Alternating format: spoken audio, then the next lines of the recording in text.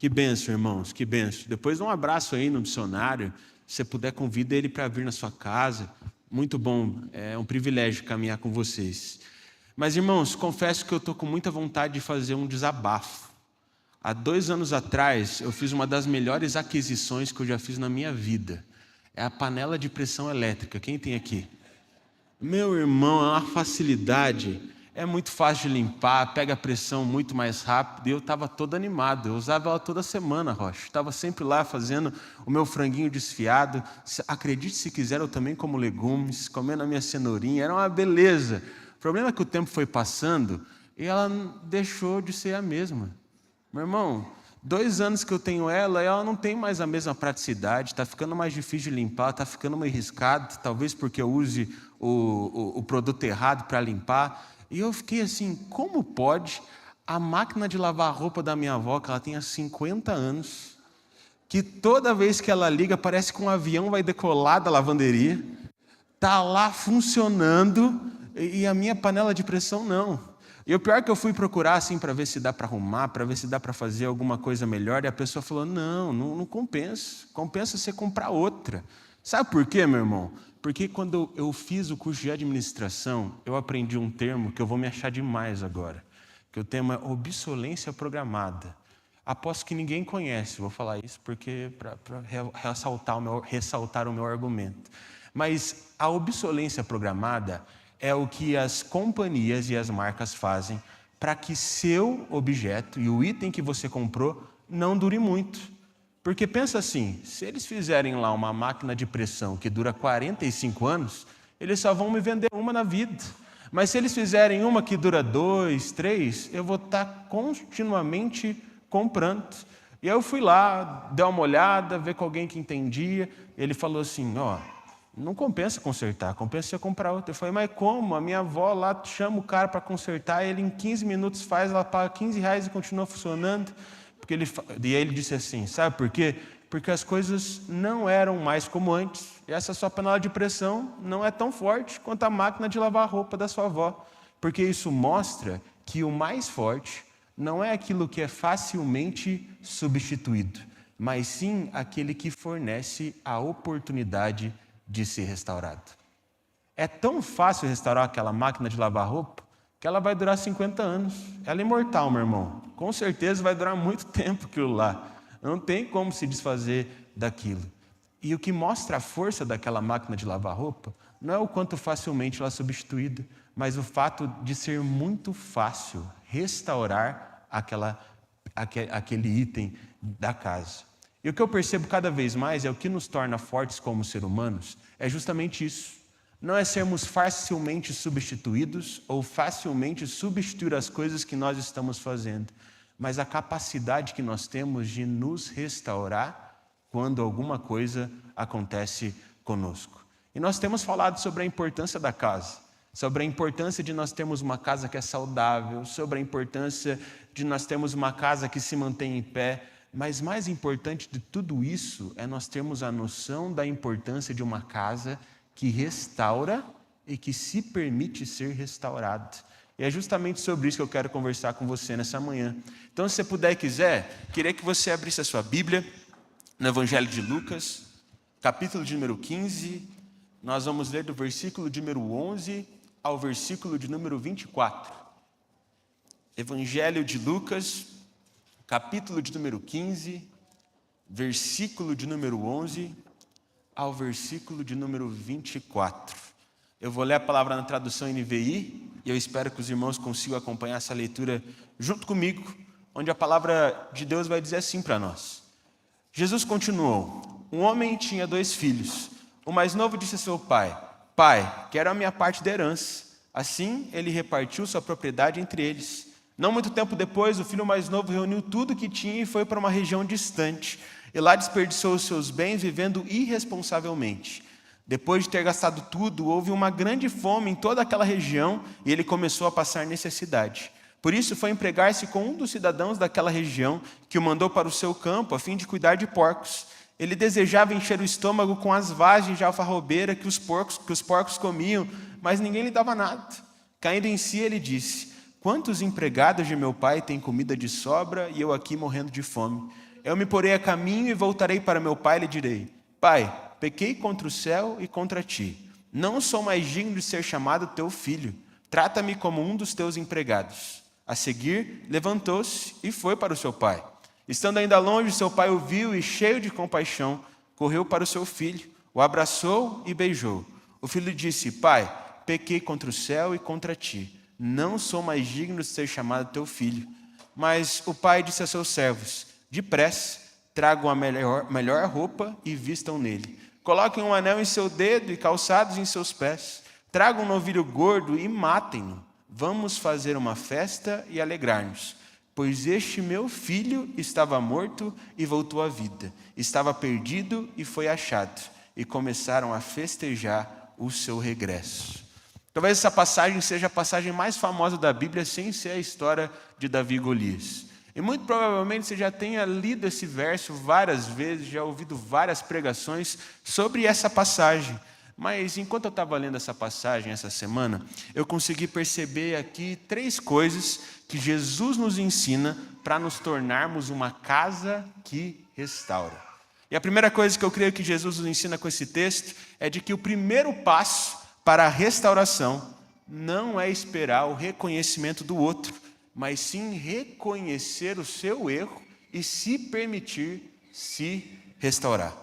É exatamente isso que acontece no versículo de número 17. Quando aquele filho estava percebendo que estava comendo a mesma comida dos porcos, que estava desejando comer a mesma comida dos porcos, ele começou a pensar assim: rapaz, quantos empregados no meu pai não estão vivendo muito mais do que eu, muito melhor do que eu, estão comendo uma comida muito melhor do que a minha. Quer saber? Eu vou me levantar e vou tentar restaurar esse meu relacionamento com meu pai. Nem que seja como empregado. Eu quero voltar, eu quero fazer as coisas acontecerem. E sabe o que tem acontecido com muita gente? Tem muita gente que está vivendo um estado emocional como aquele filho que se separou do pai e decidiu ir para longe dele. Mas, ao mesmo tempo, não reconhece o seu erro. E, ao invés de voltar atrás, fica esperando o outro reconhecer que aquele relacionamento precisa de restauração. E sabe qual é a verdade? A verdade é de que nós restauramos o nosso coração não quando a gente se acomoda com aquilo que a gente está vivendo, mesmo que a gente se sinta mal, mesmo que a gente esteja com o coração pesado, mas sim quando nós estamos dispostos a transformar a nossa realidade, o nosso coração e restaurar quem nós somos, para que os nossos relacionamentos também sejam restaurados. Há um tempo atrás eu estava ouvindo a história de um homem de vendas. Ele foi contratado por uma das maiores empresas de produtos farmacêuticos aqui do Brasil. A empresa já era grande, mas eles queriam expandir para outras regiões, principalmente o norte do Brasil. E como esse homem tinha experiência, eles contrataram ele para conduzir isso. E eles foram lá e traçaram metas, estratégias. O problema é que o primeiro ano não foi muito bem. Eles ficaram muito longe de alcançar aquela meta. E por isso, aquela pessoa que foi contratada, aquele homem de vendas, começou a pensar: que desculpa que eu vou dar nos PowerPoints para apresentar para o meu chefe, para ele não me demitir no final do ano. E sabe o que ele pensou? Ao invés de apontar o dedo para alguém, eu vou reconhecer os meus erros. O porquê que eu acho que as estratégias que a gente fez não deram certo. E ele foi lá, e por mais que o resultado dele tinha sido pífio, o contrato dele foi renovado por mais um ano. E ele falou: agora vai. E mais um ano ele tentando expandir aquela marca para o norte do Brasil, mas não dava certo de jeito nenhum. No segundo ano ele falou: rapaz, agora eu vou colocar a culpa em alguém, porque senão esse rapaz aí vai me demitir, vou perder meu emprego, não vou ter mais o meu salário. Mas pensando bem, ele falou: olha, eu estou sentindo que eu estou quase chegando lá, e mesmo que eu não tenha batido a minha meta, eu vou mostrar para o meu chefe quais erros eu acho que eu cometi. E foi exatamente isso que ele fez. E mais uma vez, com o resultado pífio, o chefe foi lá e manteve ele. Ele falou: rapaz, acho que esse meu chefe gosta de mim. E o terceiro ano o resultado não foi tão legal também. Mas no quarto e no quinto a coisa começou a acontecer. E ele nem pensava mais em mentir, ele nem pensava em esconder os resultados. Agora ele não falava mais sobre os erros, ele falava sobre os acertos. E quando a marca estava totalmente consolidada no norte do Brasil, aí ele teve coragem de perguntar para o chefe. Ele disse: chefe, por que que aqueles 2 anos eu não cheguei nem perto da meta e o Senhor não me demitiu? E aí o chefe falou, sabe por quê? Porque todas as vezes que você vinha aqui, você nunca transferiu responsabilidade para ninguém. Você contava os seus erros, o que você tinha feito de errado. Você nunca se fez de vítima. E posso te dizer a verdade? Tem muita gente que chegaria aqui e conseguiria consolidar a minha marca lá no norte do Brasil. Mas você foi um dos únicos que de fato não colocou responsabilidade nos outros e assumiu os seus erros. E um funcionário assim é muito difícil de encontrar. Naquele momento que aquela pessoa estava falando aquilo naquela entrevista, eu me senti muito honrado por poder ouvir aquilo. Porque muitas vezes a gente acostuma nos nossos relacionamentos sempre responsabilizar o outro. Mas, meu irmão, apontar o dedo, está todo mundo apontando.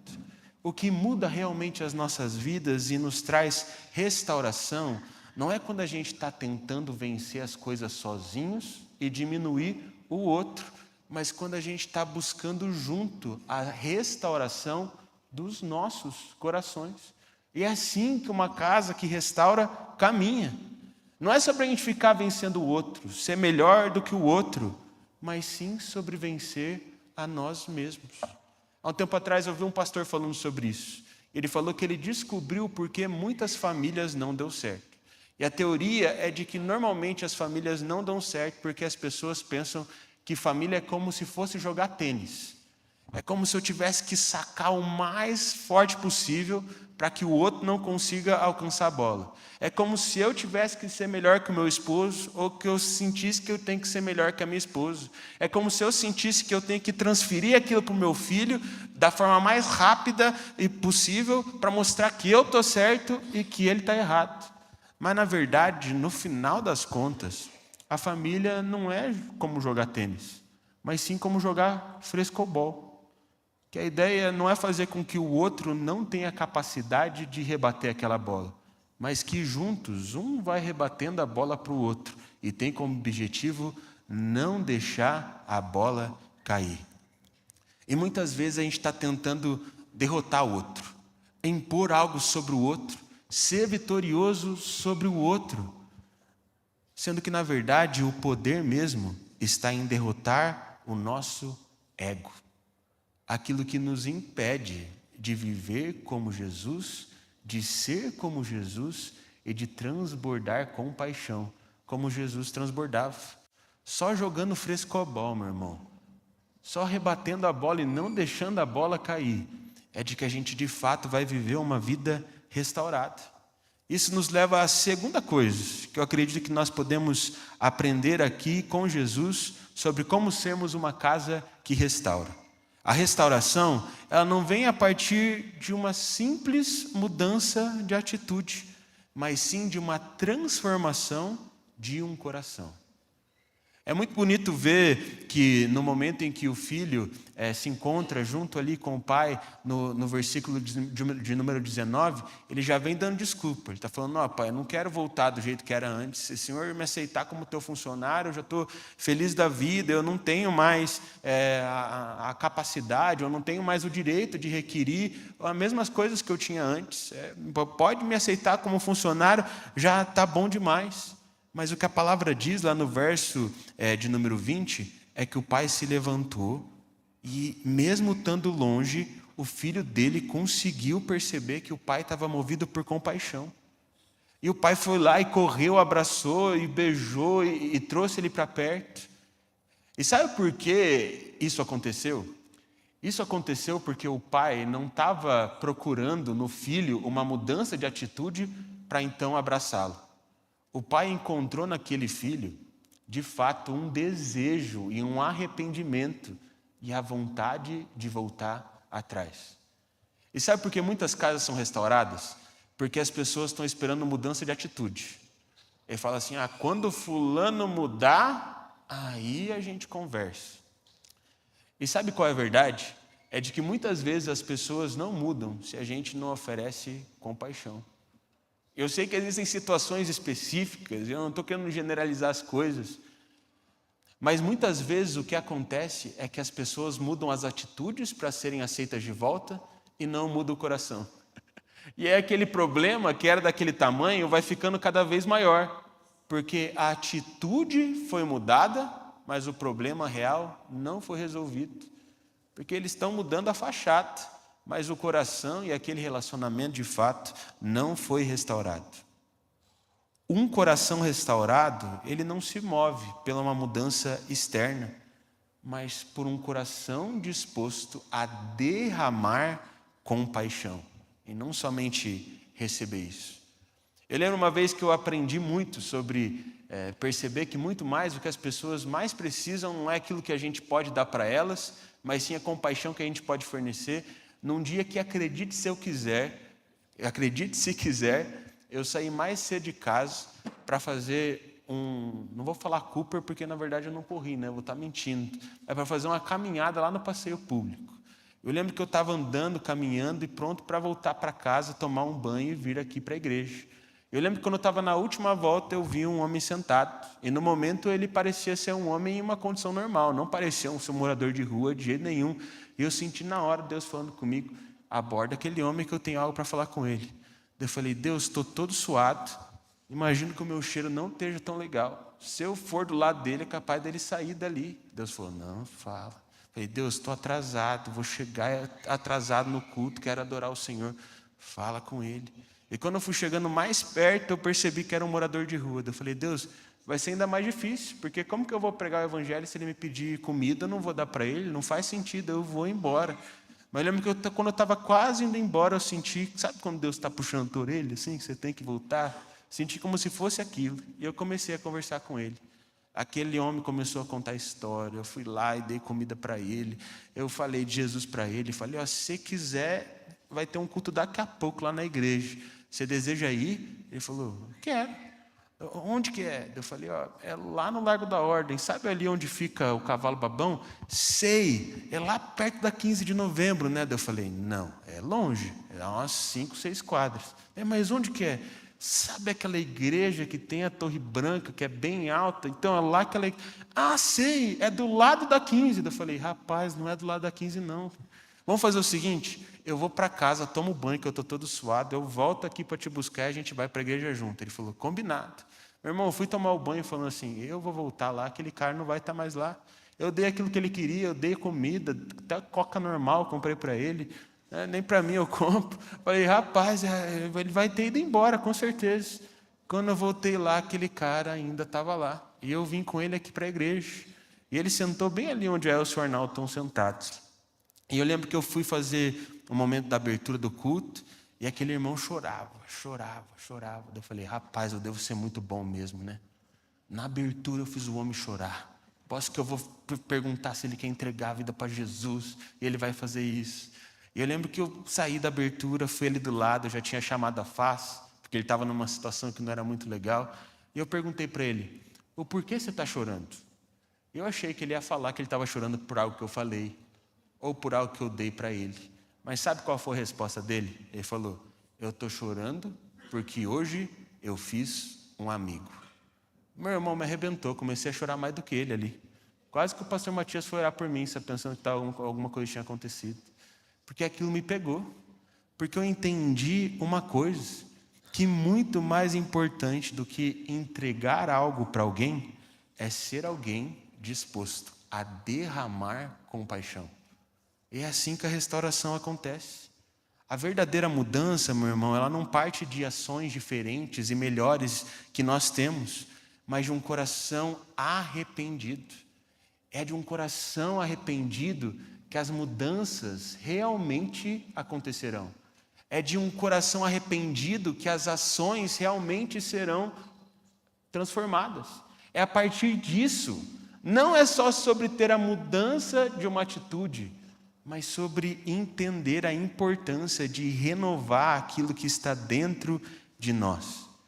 Há um tempo atrás eu estava ouvindo uma entrevista com uma atriz, e a pessoa perguntou qual que era a maior inspiração que ela tinha.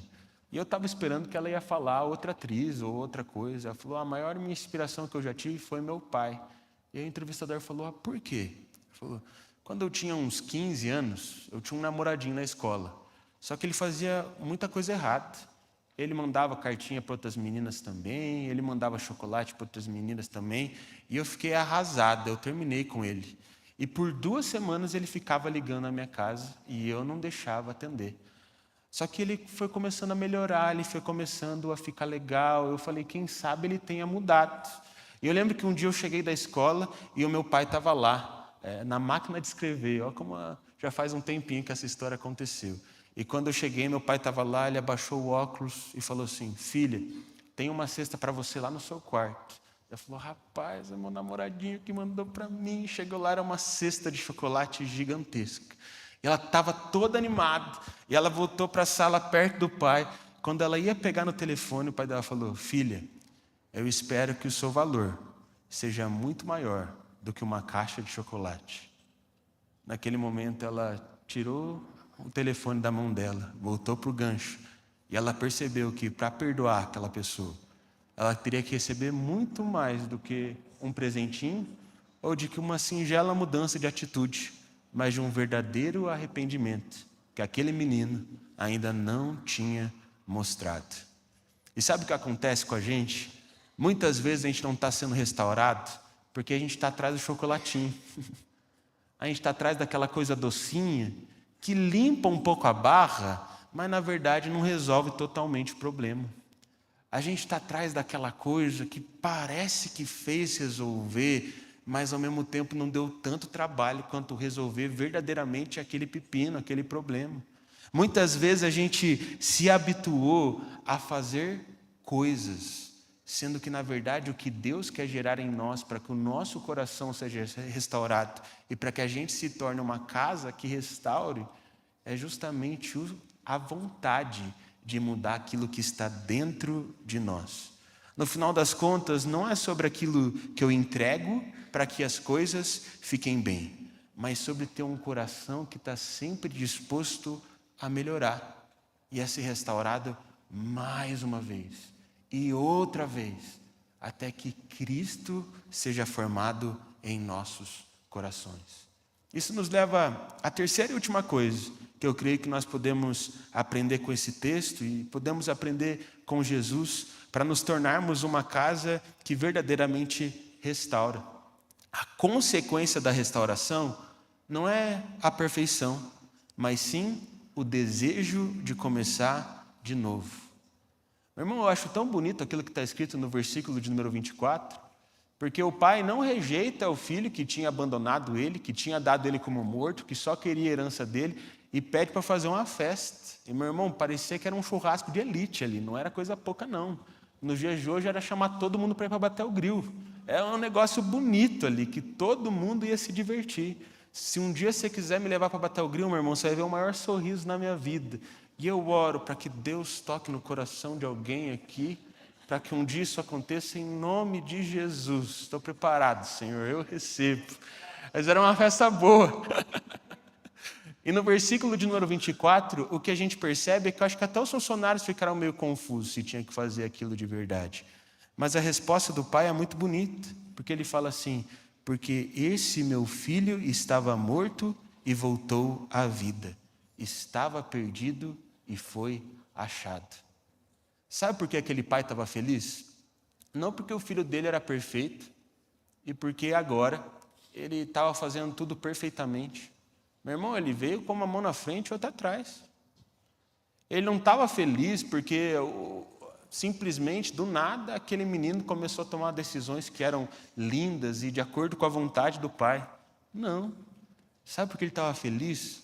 Porque ele percebeu que o filho dele estava com o coração aberto, pronto para ter aquilo de novo, mais uma vez, para reconhecer que estava errado. O que acontece com muitos de nós é que muitas vezes a gente não tem os nossos relacionamentos transformados e a nossa vida restaurada, que a gente sempre está esperando do outro perfeição, sendo que a gente está longe de ser perfeito. Mas quando a gente celebra, simplesmente porque o nosso coração está aceitando ser mais como Jesus, fica mais fácil ter o coração restaurado e se tornar uma casa que restaura.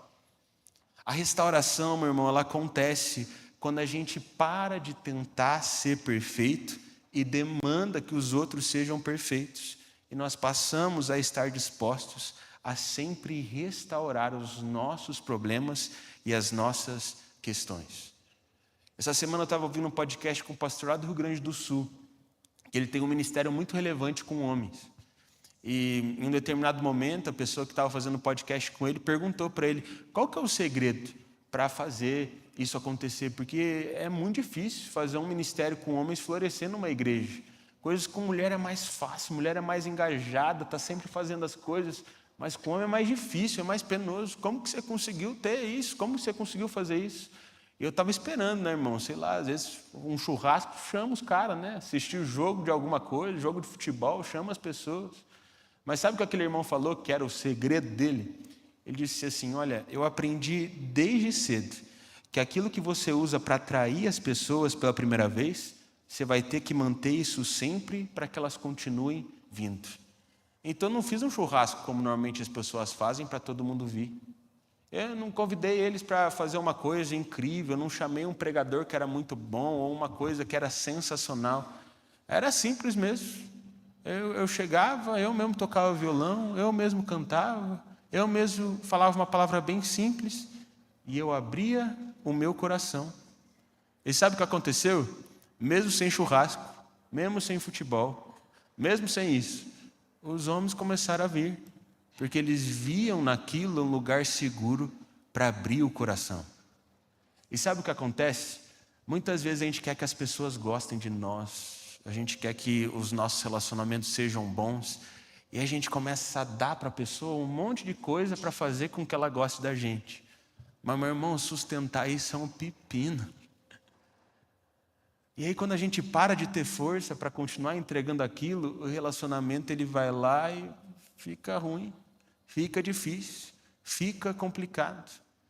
Sendo que se a gente tivesse o hábito simples de verdadeiramente abrir o coração e ter compaixão, ia ficar mais fácil. Porque a gente não ia precisar sustentar um personagem. No final das contas, não é sobre ficar dando aquilo que nós não temos, mas sim transbordarmos daquilo que somos. Filhos restaurados no Pai, que continuam buscando por restauração. Esses dias eu estava ouvindo um empreendedor ali de Balneário Camboriú, e era como se fosse assim uma mesa aberta, umas perguntas. E aí a pergunta era: você alguma vez já faliu na vida? E aí cada um deu a sua resposta. Ele falou: qual que foi a sua maior lição nessas falências? E aí teve um empreendedor ali de Balneário que ele falou uma coisa que tocou meu coração. Que ele disse que teve um momento que a empresa dele chegou a ter 400 funcionários, mas teve uma crise gigantesca, o material deles começou a ficar bem mais caro e a empresa começou a ter uma crise financeira muito grande. E aí um dos sócios dele, que era um sócio mais experiente, falou: rapaz, a gente vai ter que demitir 100 pessoas dessas 400. E ele falou: não vamos fazer isso não. Vamos continuar, vamos seguir, vamos acreditar no nosso produto, porque se eu demitir 100 pessoas, é 100 famílias que ficam sem ter o que comer, que vão ter dificuldade, que vai ser difícil para encontrar outro emprego. Não, vamos sustentar. Mas sabe o que aconteceu 1 ano depois? Ao invés de demitir 100, os 400 que ele tinha foram para a rua. Porque ele não tinha condição de fazer aquilo e de manter aquelas 100 pessoas. Ele falou que a maior lição que ele aprendeu naquela falência é de que no final das contas ele tinha perdido tudo aquilo que ele tinha e fez muitos perderem tudo, porque ele estava querendo dar aquilo que ele não tinha condição de fornecer. E sabe por que muita gente está encarando problemas emocionais na sua casa, na sua vida? Porque está querendo transparecer algo que não é. Está querendo entregar para o outro aquilo que é falso, é fake, e está todo mundo percebendo. Muitas pessoas estão perecendo porque de fato estão querendo mostrar aquilo que não são. Estão querendo restaurar coisas e relacionamentos com atitudes, quando na verdade só dá para restaurar as coisas de fato quando há uma verdadeira transformação no nosso coração. Muitas vezes a gente está tentando entregar aquilo que a gente não tem e ser quem a gente não é. E aí, meu irmão, o buraco vai ficando cada vez maior, por mais que as pessoas não pareçam. Porque ter um coração restaurado não é limpar por fora e deixar as coisas feias por dentro. Ter um coração restaurado é se permitir ser restaurado pelo Pai, para que através do amor do Pai, nós possamos ajudar outros a serem restaurados e restaurar os nossos relacionamentos. A vida ela passa a se tornar leve e a gente passa a se tornar uma casa que restaura. Quando nós começamos a ser restaurados, não por conta dos detalhes se encaixarem, não por conta de tudo estar bonitinho, mas sim porque a gente percebe a nossa necessidade real de ser restaurado no Senhor. Talvez você está esperando que o outro reconheça o erro, mas na verdade quem tem que conhecer o erro é você. Talvez você está tentando deixar a aparência bonitinha, mesmo sabendo que lá dentro está feio. Muitas vezes, talvez, você está tentando e esperando que as coisas sejam perfeitas, mas a verdade é que elas nunca vão ser. A coisa muda mesmo quando você decide mudar, quando você decide caminhar como alguém restaurado e quando você decide viver como Jesus, desfrutando do amor do Pai e celebrando por aqueles que ainda têm direito de conhecer o mesmo amor que você. Que possamos ser uma casa que restaura, que possamos ser irmãos restaurados, que juntos, restaurados em Deus, se tornam uma casa de restauração. Amém? Por isso, nesse momento, eu queria te convidar a ficar de pé. Talvez essa mensagem tenha falado contigo. Talvez Deus tenha falado com você. Não sei qual é a sua situação, talvez na sua casa está difícil, está complicado, muitos relacionamentos a serem reparados, muitas coisas para serem feitas. Eu não quero constranger a sua vida, eu não quero que você fique constrangido, mas eu queria que você fechasse seu olho agora. E se é o seu caso, você fala assim, eu preciso que o Senhor me restaure. E olha a pergunta que eu fiz, eu preciso que o Senhor me restaure. Não é restaurar a pessoa que está do teu lado, a pessoa que ficou em casa, a pessoa que não vem na igreja. É sobre se restaurar. Se você sentiu com essa mensagem que você precisa ter o seu coração restaurado para ver as coisas mudarem, eu queria que você estendesse as suas mãos para frente, que eu quero orar por você nessa manhã. Glória a Deus. Deus te abençoe. Obrigado pela sua coragem e pela sua vulnerabilidade, meu irmão. Vou orar pela sua vida. Senhor Jesus, eu te agradeço, Pai. Eu te agradeço porque o Senhor é bom. E porque o Senhor nos ama, Pai. Obrigado, Pai, porque por muitas vezes eu fui como esse filho e o Senhor sempre me aceitou de volta. Mas mais gratos do que o seu amor, nós somos gratos pela ação do Senhor nas nossas vidas. É por isso que agora eu peço o Espírito Santo de Deus, venha com poder sobre esse lugar. Pai, vem com poder sobre essas pessoas que colocaram as suas mãos para frente.